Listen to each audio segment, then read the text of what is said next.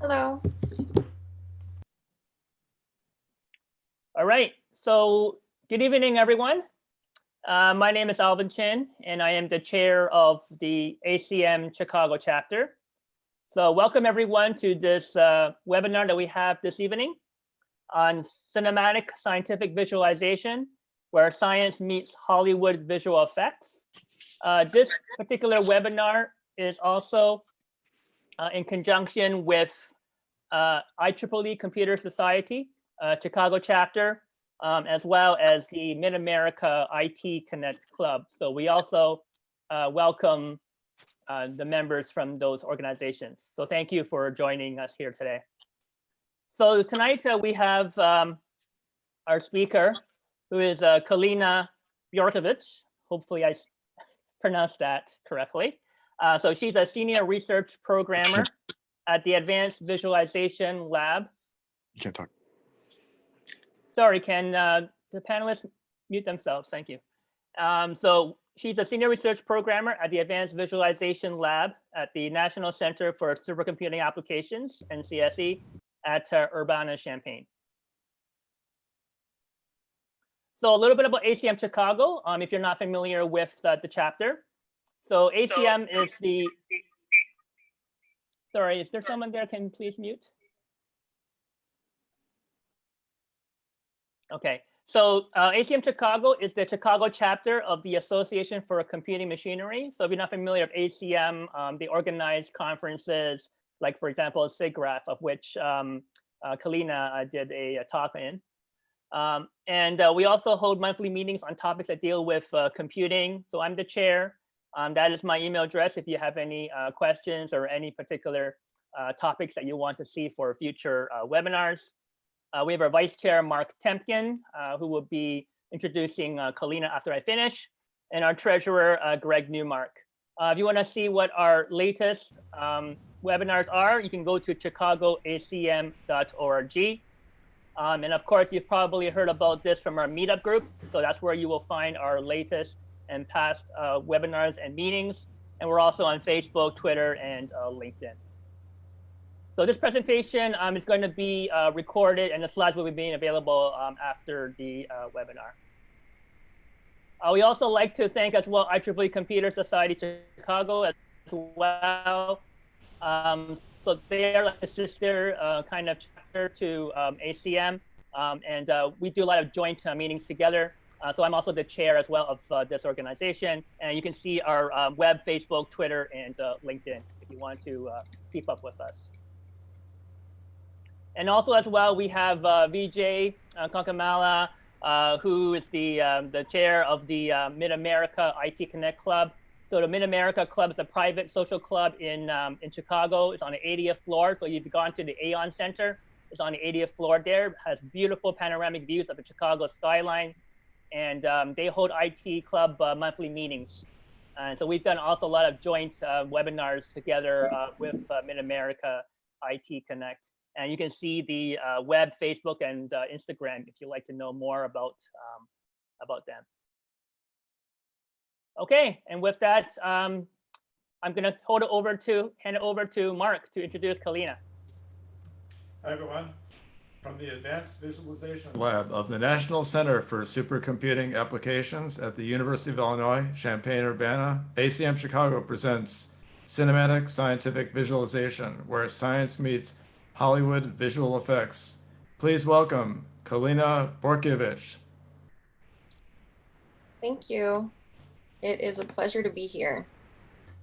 Pulling up my screen now, just a second.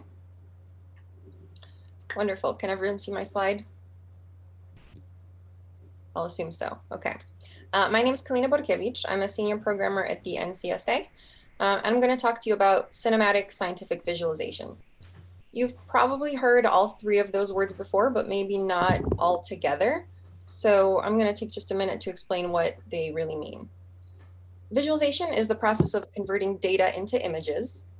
And within that, there are a couple of different subfields. So the one that I'm not going to talk about is maybe the one that's most familiar to most people, and that's information visualization, which involves creating charts and networks and 2D graphs that show relationships between data points. So If this value goes up, this value goes down, that sort of relational data, which is different from scientific visualization that involves visualizing data that is inherently spatial. So data that takes up 3D space. Things like galaxies and tornadoes and ocean currents, molecular structures, things that have X, Y, and Z positions, or sometimes just X and Y positions. Within that, there are also a couple of subfields. There's traditional data visualization, where the focus is on data analysis. So this is often done by scientists and for scientists who care about what the data values are, what's changing, and by how much. By contrast, cinematic visualization focuses on science communication rather than data exploration. And we communicate to all kinds of audiences, which includes an 8-year-old kid that goes to the museum with her grandparents, and we want that kid to walk away thinking, man, science is freaking cool, and maybe I want to be a scientist when I grow up. But our audience also does include those grown-up scientists who have spent 30 years studying their fields and expect to see scientifically rigorous data visualizations, which is what we create. Cinematic scientific visualization focuses in equal parts on the science, the art, and the technology to create the images, putting perhaps more of a focus on the art than traditional scientific visualization. I'm part of a group called the Advanced Visualization Lab, and we're about a 50-50 split between designers and programmers. And we work very closely with the various science teams to create data visualizations that are at a resolution and quality that's suitable for TV, for films, planetarium domes, IMAX screen theaters, and other such public-facing venues. So here's a sampling of some of the venues that the team that I'm part of has contributed to, with this subset being the ones that I have personally been involved with. I'm going to play a brief demo reel that shows off some of the work that we have done.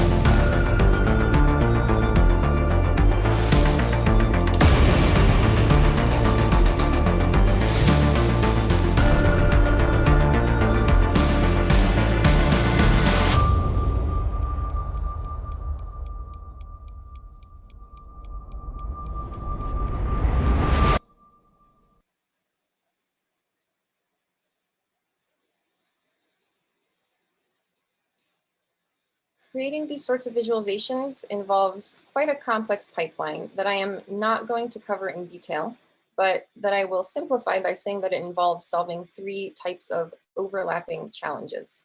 I'll go through all of them, starting very briefly with the issue of science communication.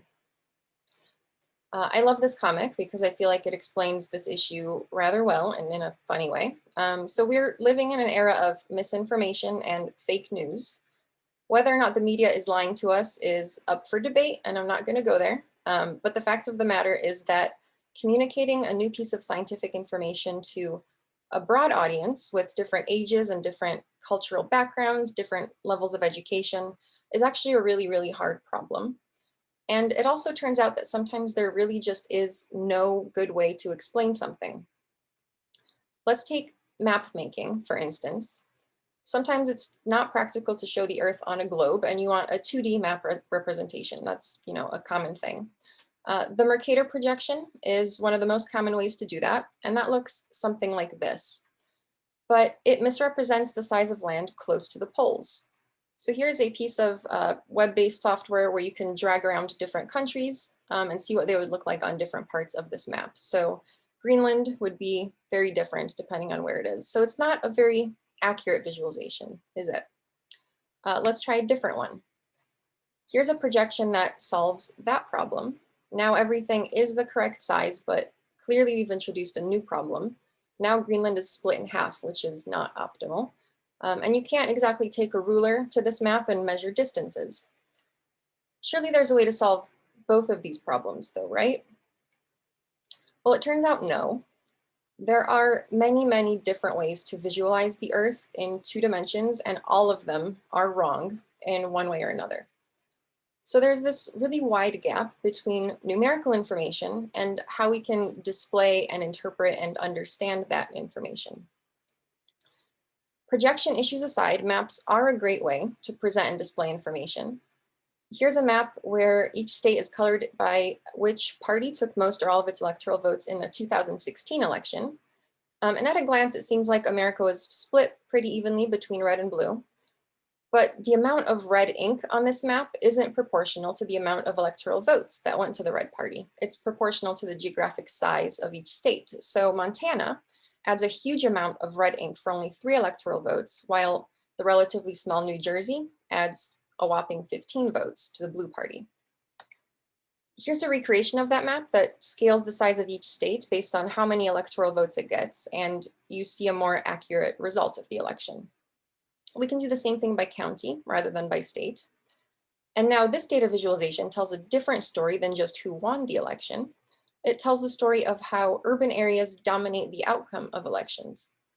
Or a different narrative you could tell with this image is that the country is deeply divided and there's people with very different views living right next door to each other, right? Well, no, not if we color them by the strength of a party's dominance.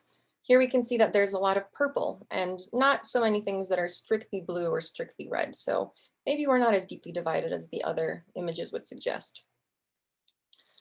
It should be becoming clear that data can be visualized in a variety of different ways to tell a variety of different stories.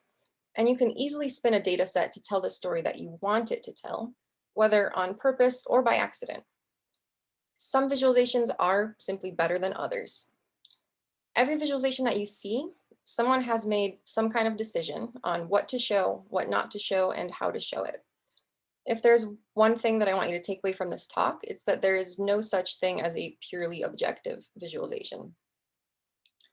These 4 images show the exact same colliding galaxy data set at the exact same moment in time, but they are very different. In A, we're looking at just the stars in the data set, and we're emphasizing new star growth. In B, we are again looking at just the stars, but we are emphasizing the direction in which the stars are moving by adding motion blur. In C, we've added gas, and the gas is colored by the identity of the originating galaxy that the gas came from. And in D, we're again showing stars and gas and coloring by where the gas ends up rather than where it started. So each of these representations uses the same data to tell a different story. Now that was an innocent example, but they aren't always that way. The story that you tell with the data doesn't necessarily even have to be true, even if the data is true.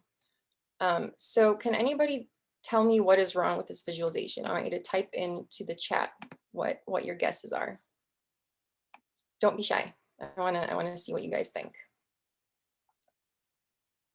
Great first answer. Damien says it's upside down. Yes, so the y-axis is upside down here, which means that gun deaths look like they're decreasing when they are actually increasing.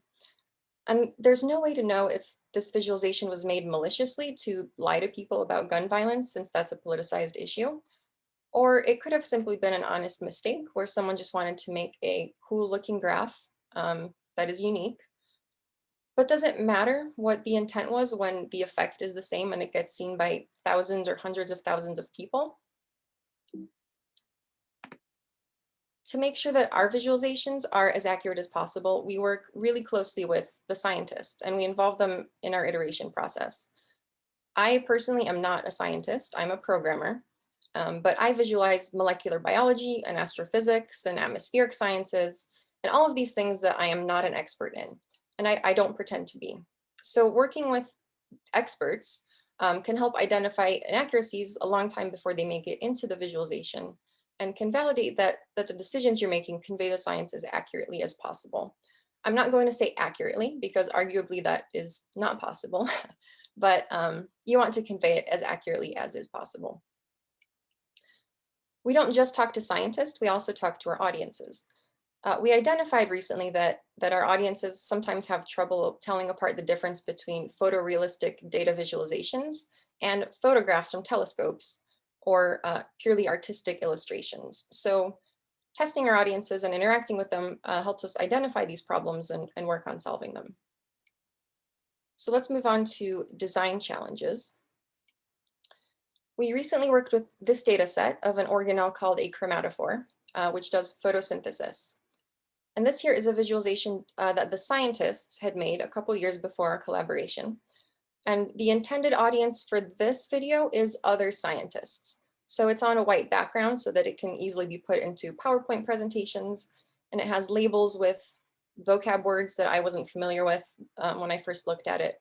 So what we wanted to do was to take this same data set and tell this exact same story, but to make it exciting and immersive and understandable to everyone, not just scientists. So we started out by creating a context. We made millions of copies of this chromatophore and organized them into the shapes of the bacteria that they are found in. We designed this exciting camera move using our custom camera choreography software called Virtual Director, which we linked together with VMD, a scientific software for rendering molecular structures. We changed scales and we slowly increased the amount of detail that we showed to the viewer. So now we transitioned into an X-ray view where we can see inside this chromatophore and see all of the detail within it. We don't just show a data set, we design an experience that includes cinematography, lighting, color, moving elements, and tells a story. So we just saw a photon of light hit the chromatophore, and now the process of photosynthesis begins. I'm not going to play this whole visualization because it is quite long. We end up diving into the chromatophore and then back out and see ATP being created. And it kind of feels like a roller coaster going in and out, and it's a lot more immersive than the first video that I showed. So one of the things that's really important about what we do is providing context for data. Here is a visualization without context. So we're just showing a single data set. Does anyone want to take a stab at guessing what this is showing? Please use the chat. It kind of looks like an orange, maybe. It is not that. The corona, the sun, sun cycles. Nice, you guys are good at this. Yes, we are looking at the inside of the sun. Hopefully that should become a lot more clear if we show it like this. So now we are flying on the outside of the sun, and then we dive underneath the surface and we see these rolling waves of plasma. This is also really exciting if you watch it in the documentary. It's narrated by Benedict Cumberbatch, who does a much better, more exciting job of talking about it than I do. But a challenge in providing context is that it requires combining multiple different data sets. And each data set is created by a different science team. Scientists tend to focus on one small piece of a puzzle, like just the inside of the sun and not the outside. So we have to combine these data sets from different science teams, which are in different data formats, different resolutions, different time scales, and each one has its own problems that we have to figure out how to solve.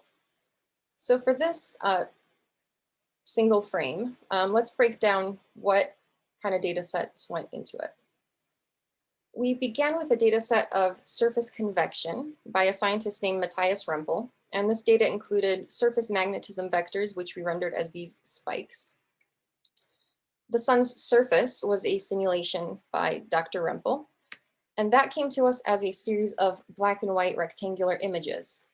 We tiled these images and mapped them onto a sphere, and we tiled each of the tiles. We started playing at a different moment in time and blended between the edges of each tile so that they wouldn't look like repeating patterns. And what I'm showing here is actually an earlier draft where we do see some edges here that we did end up fixing, but ignore those for now. They weren't there in the final version. We then used a facing ratio render layer to make the sphere more transparent, where it's facing the camera. Around the rim of the sun, we used photographic time-lapse imagery from NASA's Solar Dynamics Observatory, which is a space-based telescope that has several different cameras looking at the sun. We put the whole sun in the correct context. This might be a little hard to see over Zoom, but we added this starry background, which is a photographic mosaic from Axel Mellinger. And the interior simulation is by Mark Nish and Nick Nelson, and it shows this important feature of the interior of the sun, these spinning vortices around the equator that the scientists nicknamed bananas, which I find hilarious. Here is a visualization made by the scientist where you can see these solar bananas around the equator.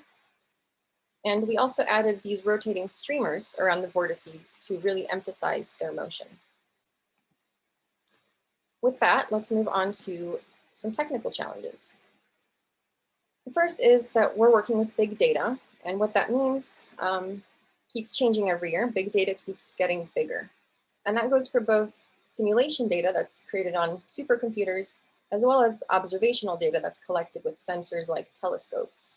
What we're looking at on this slide is an early rendering of the Vera C. Rubin Observatory, which is expected to be completed next year, and is going to produce 20 terabytes of data every single day. Here's an example of a large data set that we are currently working with. This data set is a digital elevation model, which is a record of height of every piece of land north of 60 degrees on the entire globe. So that's 1/6 of the whole planet at a resolution of 2 meters per pixel. So that data is 200 terabytes in size, and it took the scientists 1.5 billion hours of processing on the Blue Water supercomputer to assemble and process and put together this data.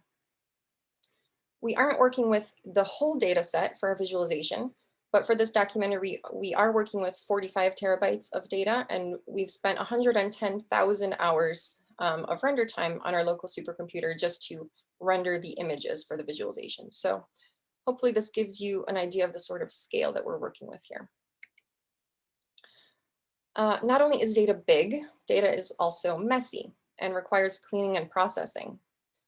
Here's an example from the Arctic elevation data set looking at one zoomed in region where an ice cap is collapsing on an island north of Russia. An issue with satellites collecting data about the Earth is that they're above clouds, and clouds often get in the way. So as the data is being collected, you can see these ugly, random, patchy things here that are the clouds in the data set. When reconstructing this in 3D, you can see these awful giant spikes where the clouds are incorrectly mapped as elevation data. We were able to clean and process this data with a combination of a first pass of algorithmic cloud removal, followed by manual labeling and masking, and finally using machine learning to do segmentation and automatically creating cloud masks. Because data can be so obscenely big, it often isn't practical for scientists to capture or create data at regular intervals. So they usually produce more data when some interesting or exciting event is occurring, like the collapsing ice cap, and less data when there's really nothing happening, nothing changing.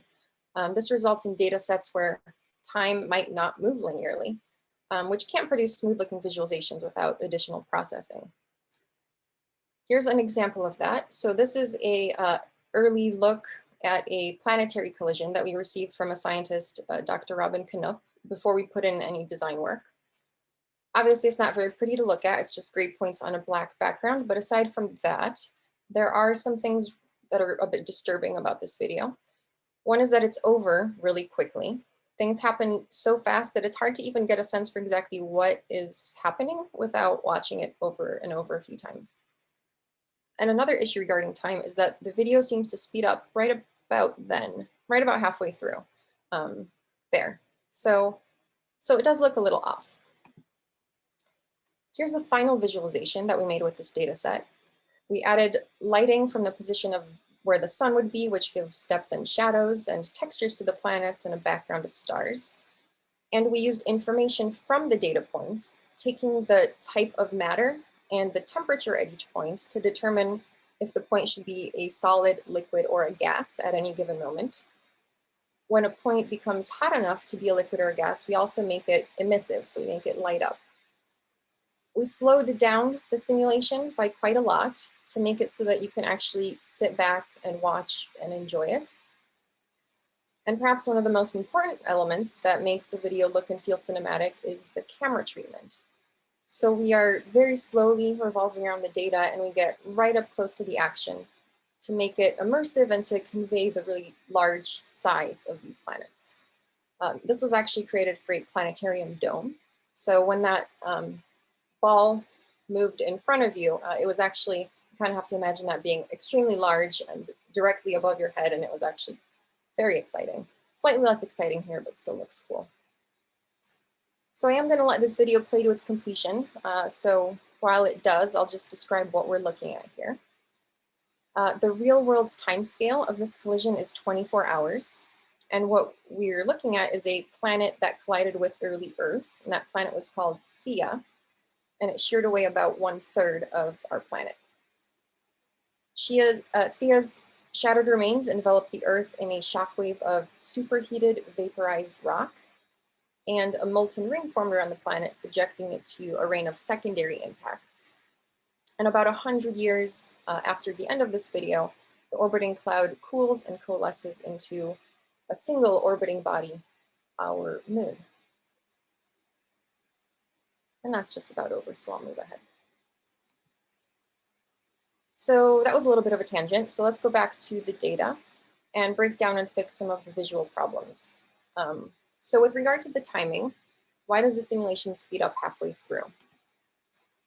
Time's going at 2 different rates in different parts of the simulation. In this case, there's only 2 rates. Oftentimes, time will speed up and slow down seemingly randomly. So this is actually easier to deal with than some of the other problems. But this particular scientist was more interested in focusing on the initial impact. So she was more interested in the first part of the simulation. So that has more resolution and time. And the second half has less time resolution. So this reduces the amount of time that it took her simulation to run and decreased the size of the output data. So of course it makes sense from a scientific perspective to do this. But in order to be able to effectively visualize the simulation, we do need time to be linear. So we slowed down and retimed the data through an interpolation method called advection, which uses the position and velocity of each point to advect it both forward and backward simultaneously, and take the time-weighted average as its intermediate position. So this is one of many interpolation methods, and we tried a few, and this was the one that worked best, considering that the points do react to gravity in orbit rather than kind of going in straight lines. When dealing with data from physical sciences, whether that's astrophysics or molecular biology or anything physical, objects are often interacting across vastly different scales, and that often leads to floating point errors. And creative methods have to be taken to be able to show both the large scale and small scale objects simultaneously. So something that we'll often do is move the origin of the data, so kind of move our whole scene closer to the origin as we start to get problems, things start to shake and get these floating point errors. And then that requires creating multiple different camera moves and figuring out a way to blend between them smoothly and make the shot appear continuous, even though we're constantly moving the positions of where the origin is. A single data set is very unlikely to have things both at the resolution on the scale of the Earth as well as the entire observable universe. But as I mentioned, it is often useful to combine multiple data sets together to create a compelling story. And a couple years ago, we actually did do a single continuous shot starting at the scale of the Earth and zooming out through the solar system, through the Milky Way to see the large scale structure of the universe. We have seen this image a couple slides ago, and we know that it's problematic in terms of communication and perception, but it's also a challenge from a technical standpoint. Since there are many different coordinate systems that the same data could possibly be stored in, that can be problematic. Many of these data formats might not be natively understood by the visualization software that you're working with. And oftentimes you have to translate between these data formats to get it into an appropriate format for the visualization. That's not only true for maps, it's true for all spatial data, which comes in a variety of coordinate systems and also a variety of data formats. Here are just some of the weirder ones that I have found online. I've only actually ever worked with this one, and I really hope that I don't ever have to work with these others because they do look very challenging. I'm sure they will come up. Another problem is that there isn't actually existing software for cinematic scientific visualization. There's software for cinema, here referred to as VFX or visual effects software. And then there's software for science, but we are kind of in between those two. So we can use either category of tools to create our visualizations, and each type of tool has its pros and its cons. Generally speaking, the visual effects tools provide great controls for things like cinematography, color design and artistic elements in general, but they don't understand scientific data. Those are tools created for artists to use. Whereas scientific software, on the other hand, is created for scientists to use. So it does understand all these weird, complicated data formats, but makes it really hard to do cinematic effects. You don't really get much control over things like camera and lighting and design. We also have some of our own custom software that we have built to solve some gaps that don't exist in either of these categories. And this is a non-comprehensive list, but just some of the tools that we've worked with and are familiar with. One of the custom tools that we use is called Party View, and it's developed by Stuart Levy on our team. We use this for pre-visualization. So the reason that we need to pre-visualize data is that scientific data can, since the files are so large, they can take seconds or minutes to load a single data file in graphics software, and oftentimes we'll have thousands of files because we're working at 30 frames per second. So what we do is sample down the data so that it can fit into memory and so that we can render it interactively. The goal with this is to have just enough information to understand the geometric relationships in the shot and to compose the camera frame. We can also use pre-visualization to dial in a desired data rate to set the length of the scene and then figure out how we want to interpolate and slow it down. Usually we're slowing it down rather than speeding it up because we want things to appear large and cinematic. We use Party View in conjunction with another custom tool, Virtual Director, to design our camera choreography. Bob Patterson on our team is the person that does that, and he uses a space pilot, which you can think of as kind of a joystick, and he literally flies around the data to record a camera path. So here's a recording of Virtual Director. Here, Bob is showing the camera's view at first, and now he is separating from the camera path that he's designed and can see it from the outside. He can turn on a television view so you can see what the camera is seeing as well as what he's seeing from the outside. And he can go in and edit the spline at any key point along the path. And there's a bunch of other features here, all for creating effective cinematography techniques. What makes Virtual Director unique in this field is that it allows Bob to perform a camera move, much like a real-life cinematographer with a physical camera, rather than defining it in a more algorithmic way, like most software requires you to do. So we don't create all of our own custom software. There are plenty of perfectly good tools out there that we can start with as a starting point and then modify and add on to fit our needs. So Houdini is the primary visual effects tool that the AVL has been using in recent years. This is kind of the main tool used in Hollywood right now to do things like make things explode, smoke effects, fire effects, flooding, but we use it for our scientific purposes. Houdini is obviously not built for scientific visualization, but we continuously are adapting it for our needs by writing C++ plugins into it and creating pipelines for data processing that work with the software. So here I'm showing a tornado simulation that we read into Houdini with one of these plugins.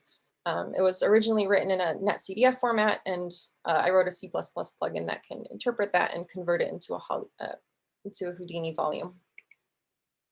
Here's the final rendering of that same tornado done in Houdini. A problem with working in Houdini is that it expects all data to be in a uniform Cartesian grid if it's volumetric data. However, this is often not an efficient way for scientists to store their data. I mentioned that scientists might only write out certain periods of time where there's exciting things happening, but that's also true for space as well as time. So this tornado data set that I just showed you was in a grid that looked something like this. The tornado itself, can you see my mouse? I think you can. Yes, okay. The tornado itself was in this central area where there's really high resolution. And there were a bunch of clouds off to the sides that aren't very interesting, so those were lower resolution. Here's kind of a different data format that has the same idea, but looks very different. So again, you have resolution just where you want it and less resolution in places that you don't. And this particular format is called Adaptive Mesh Refinement, or AMR, and it's made up of nested multi-resolution grids. Data can also come in a spherical or in a cylindrical grid. A lot of the solar data that I showed a couple slides ago looked like this. And there's a bunch of other formats that don't nicely convert into a uniform Cartesian grid. So if we do want to work in Houdini, what are our options for working with this type of data? Well, we could sample the data and force it to fit into a uniform grid. And there's a few different ways to do that. We could create a uniform grid at this finest resolution, which will retain all of the interesting bits of the data, but is going to waste a lot of resources. We're going to get a huge file out of it, and all of that extra memory is going to be wasted on places like this where there isn't actually anything interesting going on. So rather than doing that, we can use a medium resolution, say this square, and make a uniform grid that looks like that. But in that case, we're going to lose everything that is higher resolution, and that's really the things that we care about. That's where the exciting parts of the data are. So that brings us to option B. We're not tied to Houdini. I mentioned there's this other category of tools. So let's see what working in a scientific tool is like. To just talk about one example, there are many scientific tools. YT is one that we've been using recently, and it is a scientific analysis and visualization Python package. We use it to create this visualization for the documentary Solar Superstorms.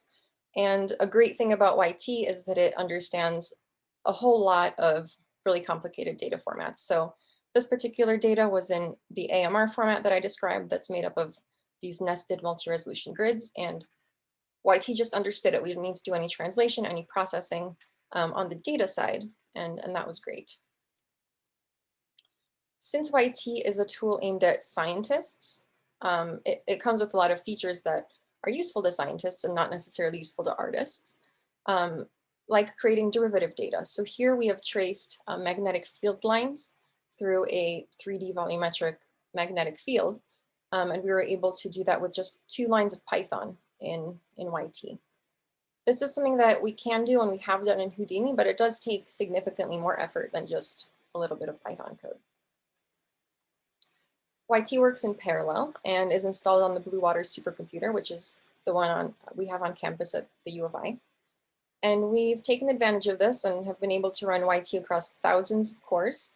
And we have used as many as 16,327 hours in 1 day of rendering on Blue Waters with YT, which would have come out to over 3 weeks on our local clusters, which is where we do a lot of our rendering, or 2 years on a single machine, which nobody would ever do, but it's still fun to think about.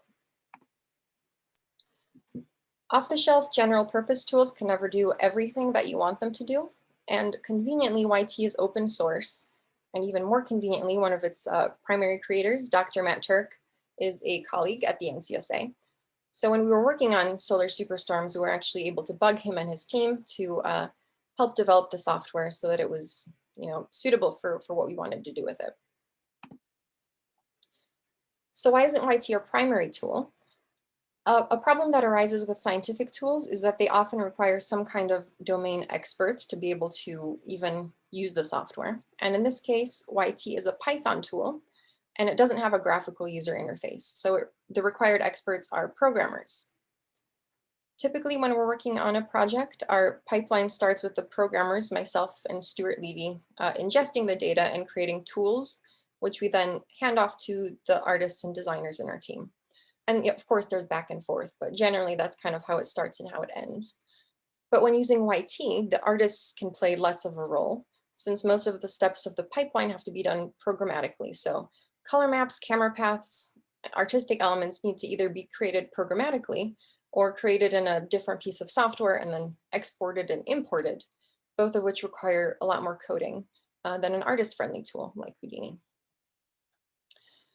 Another downside is that YT only renders volumetric data. What that means is like this cloudy sort of thing that you're seeing here, which is different from surface data, which looks like these lines here or this ground plane.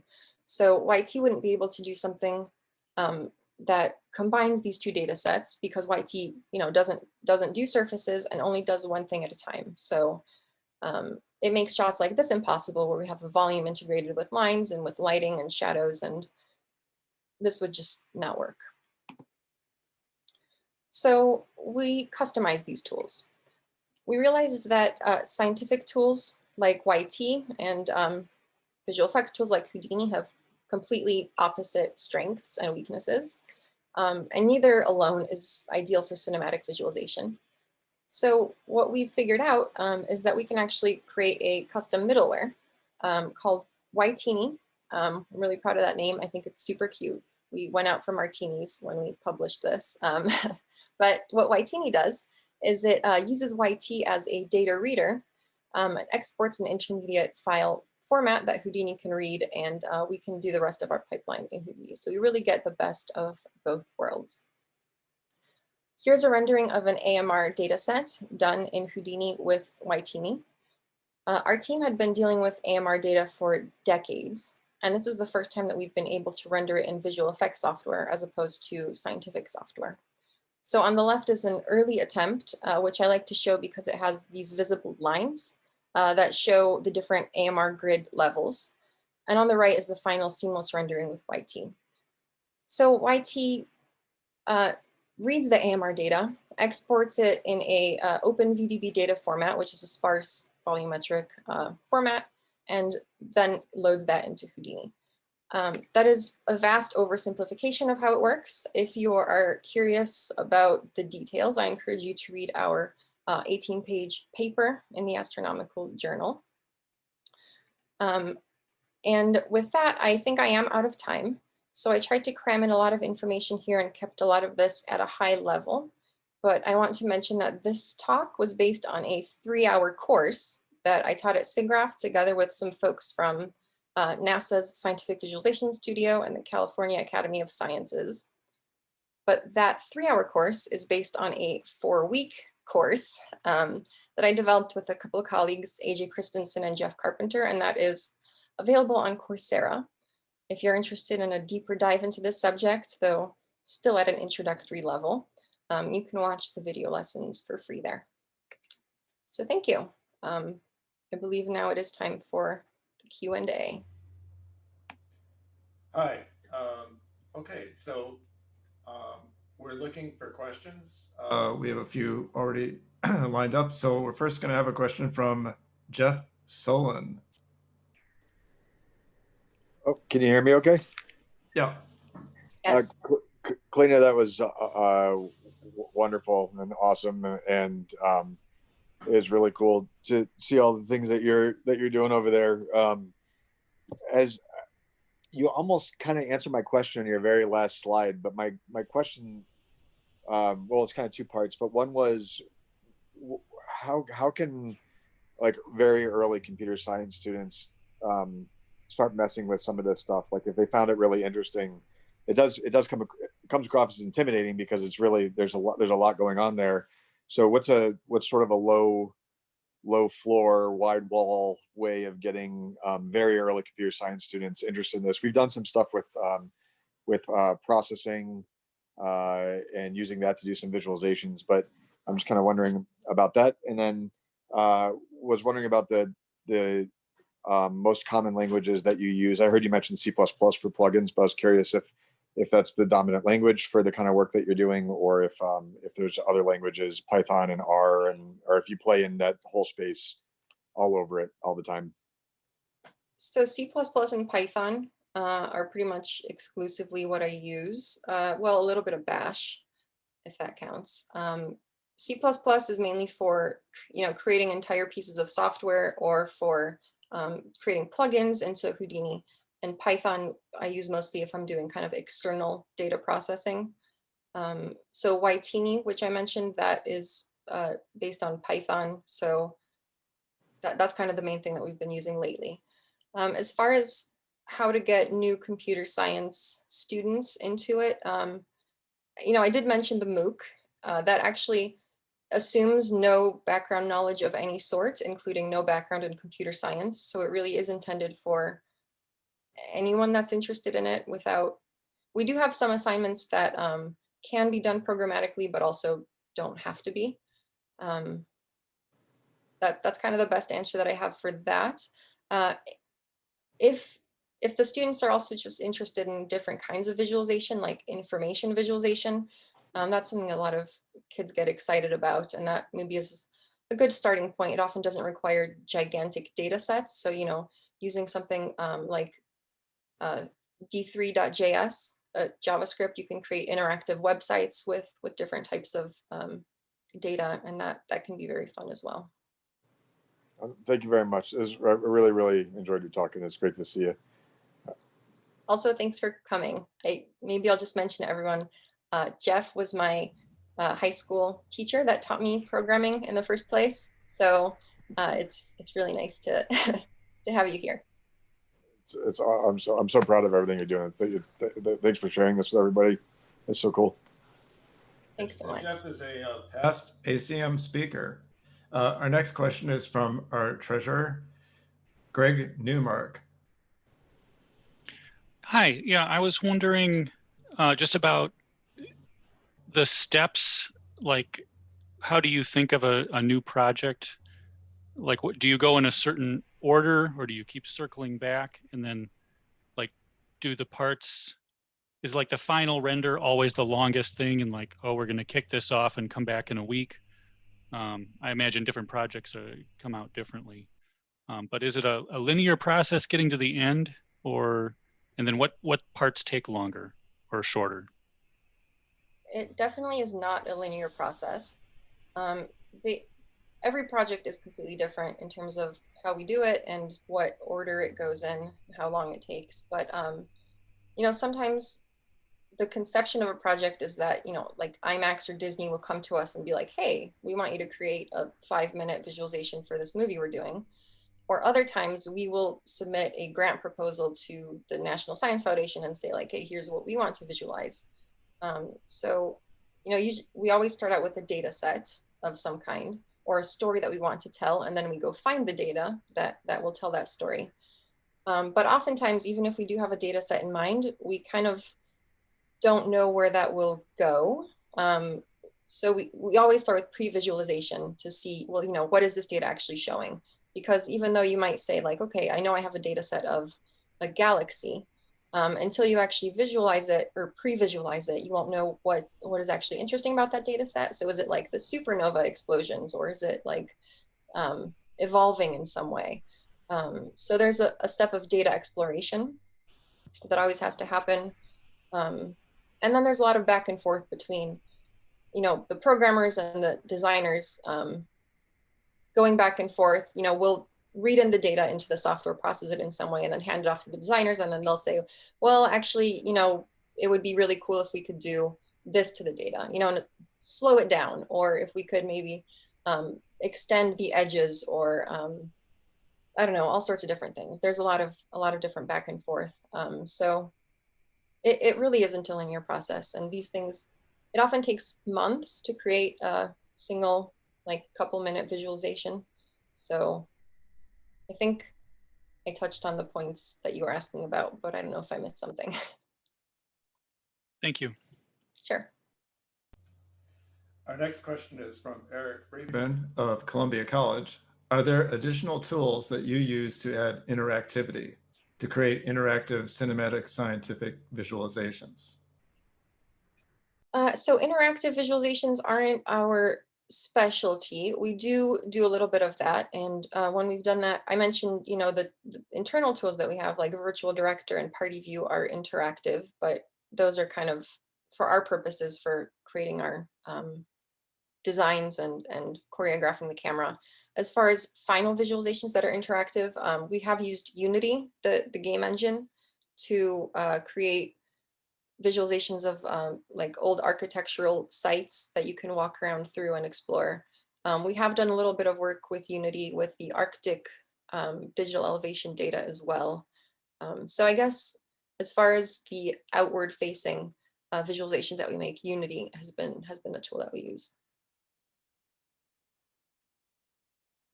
Okay, the next question is, in one slide, there was a question about what the rendering was. What was the answer? I think it was about the sun. Oh, the sun, yes. So it was solar plasma underneath the surface of the sun. So the top 1/3 of the interior of the sun consists of solar convection, is the scientific vocabulary word for that. So that's what we were looking at there. This is from Herb Schilling. You mentioned how you want to explain science to everyone from 8-year-olds to adults. How do you test that it works with such a large range of people? So often, if it works for an 8-year-old, it will work for an 80-year-old. Kind of the bigger challenge than the opposite age ranges is kind of the young kids and the experts. Whether the experts are, 25 or 80 is irrelevant. But, like I mentioned, we test our audiences. We show our visualizations to just vast audiences before they get released, while we can still make changes. And we often incorporate that feedback. Usually it's to change the script rather than the visualizations, because it just is a matter of explaining it better. But we change visualizations based on feedback as well, to make it understandable to kids. And as far as making sure that it's understandable and accurate to scientists, we just involve them very closely in the whole pipeline. The next question is from John Putnam, who is my old prof. I took computer graphics with him, and we wouldn't have this presentation without him. So his question is, what about the audio and music background? Does that enter into your planning? It does not. It sort of does and doesn't. So all of our visualizations do end up getting a score and soundtrack and sound effects, but that is out of our hands. That's not our specialty. So we'll usually create the visualization, and then once we have that finalized, we'll hand it off to the film director, who then does all the other things like, finding the narrator and getting the score written, and all the other sort of things that go into making a documentary that are not visualization. Here's a really good question. I would ask this. How did you get into doing scientific visualizations? Did you stumble onto this, or did you target this kind of work? I stumbled onto it. So I targeted computer graphics. I thought that I wanted to go into Hollywood and work on the next Star Wars movie, which I didn't end up doing, and I'm actually quite happy with where I am now. It's a lot more satisfying. I'm still doing amazing computer graphics sort of work, but I'm also helping people and educating people. So I did kind of stumble onto it. I had always been interested in astronomy as a kid, so it was a happy combination of computer graphics and astronomy, as well as other sciences. Okay, the next question is, do you take precautions to limit bias on what should be visualized? This is from Lauren Landwehr. I'm not sure what you mean by bias. Bias like in the data, or bias in the understanding, or like gender and racial? Because in terms of like gender and racial bias, we do conduct surveys where we ask, how understandable was this? What did you think of it and get out of it? And we do ask demographic information to make sure that we aren't introducing any unconscious bias in that sense, and explaining things in a way that isn't understandable to a specific demographic. I'm not sure if that is what you are asking about. Please submit another question and clarify if I didn't answer your actual question. Here's another question from Herb Schelling. You mentioned one example of using machine learning to create a visualization. How much of an impact is machine learning having on scientific visualization? So this is a very hot and new topic. I mean, machine learning is hot everywhere right now, but especially in visualization, it's a little bit under leveraged. That was actually one of the first times that we used machine learning while working on a visualization. So it's not something that we do a lot of, but it is something that has been helpful and is really cool. Oh, going back to that other question about the real image. It was the real image slide. Asking, was it real? Was it an artist, or was it computational? That was the question. Let me pull that up. Am I still sharing my screen? I don't think I am. No, we see you. I'll pull it up just so everyone knows what I'm talking about. I actually have another slide that I didn't include in this that shows the results of this survey question. So this is a data visualization, and it turned out that 100% of the answers thought that it was at least partly a visualization. So nobody thought that it was purely images. No one thought that it was purely an artistic illustration. So I thought that was a success. Well, actually, the rim of the sun is photographic imagery, and everything else is a visualization. So it is a combination of both. And since we were actually really focusing on trying to, solve this problem of people not understanding, in this case, we succeeded. And before we close off, I'll ask the final word here.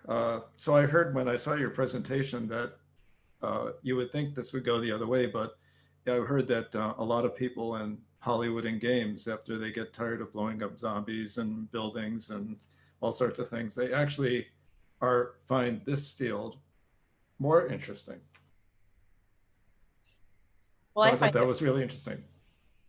Yeah, I find it interesting too. I mean, it does go both ways. So something that I was really excited about a few years ago is the movie Interstellar. Actually employed an astrophysicist, Kip Thorne, who wrote these amazing papers and theories on how black holes work and how they look. And they actually, created a scientifically accurate black hole for that movie. And one of my coworkers, A.G. Christensen, actually worked on that movie as well. So I hope to see more of that in the future, because why not include real science in movies? Great. All right. Well, Alvin, let's take it. Okay. Thank you again. Thank you, Mark, for moderating the questions, and thank you, Kalina, for your excellent presentation. Yes, there was a question regarding about the recording. The recording and the slides will be made available. You will see it in your email after this webinar. So I'm going to share my screen here. Hopefully, I think you can see my PowerPoint shared screen here. So we're going to talk about our next meetings that we're having. So we're going to have our last meeting / webinar in December. It's going to be December the 9th, Wednesday, December the 9th, same time at 6 p.m. And talking about machine learning, I'm going to give a talk on machine learning for connected vehicles. So some of the stuff that I've been doing with machine learning and stuff for connected vehicles with BMW. So please stay tuned and attend this meetup. It's already available on the meetup.com/ACM-Chicago. So you can go ahead and you can start to sign up. And the Zoom link for that will be made available shortly. And then to start off our new year for 2021, we have Dr. Mark Bennett. And so Mark, I think you're here on the line. Maybe you can talk about what you're going to be talking about for January. Sure. So hi, everyone. Mark Bennett with NVIDIA. Can you hear me okay? Yes. Okay, so some of you may not know of NVIDIA, and some of you may know of our computer gaming hardware. And it turns out that the advanced computer architecture used for graphics is finding its way into scientific research, autonomous vehicles, and artificial intelligence in general. So I'll be talking about explainable AI as it applies to finance in January. I hope you'll join us. Great. Thank you, Mark, for being here this evening and for introducing a wonderful, interesting topic on this. So yes, we are at 7:00 p.m. So we are right on time. So again, thank you to Kalina for the wonderful presentation this evening. Thank you to all of you. Thank you to the rest of our panelists that were here this evening. Thank you for attending this webinar. And if you haven't already, I have the polling. So we would like to get your feedback regarding about this webinar to see how we are doing. And with that, I wish you all have good health and be safe and have a happy Thanksgiving. And hope to see you here on a future webinar in December. And take care. Have a good night. Thanks, Alvin and Kalina. This was amazing presentation. Thank you so much. All right. Thank you all. Have a great night. Thanks. Bye. Thank you.